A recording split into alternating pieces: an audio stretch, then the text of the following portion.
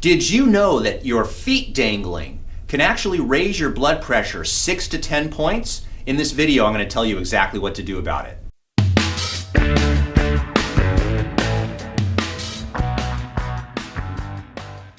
My name is Dr. Story. I've been a chiropractor for over 23 years. I'm going to give you realistic advice based on my experience. We've all probably been there. You know, you go into the doctor's office, they rush you into the exam room, you pop yourself up on that exam table, and the exam table is up high and your feet are dangling. Did you know that there's research to say that that will actually raise your blood pressure 6 to 10 points? In other words, if your blood pressure is normally 120 over 80, now it registers 130 over 80. Well, of course, the doctor will say you have hypertension, want to put you on medication, all that stuff.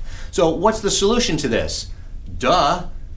Make sure that when you have your blood pressure taken, that you request that you sit in a chair where your feet are actually flat on the floor. That's the way to avoid this variable in blood pressure taking. But we've all done it. The nurses rushed us into the room, put us on the exam table, taken our blood pressure, told us we have hypertension. Then the white coat syndrome goes up and we start freaking out.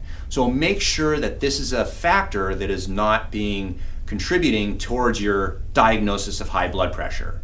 Now here's something to think about. Imagine that you have a disease process, and I'm using an analogy now. Imagine you go to a chiropractor, that's me, and I diagnose you with scoliosis while you're standing up. But then as soon as you sit down, all of a sudden the scoliosis improves by 10 points or 10%.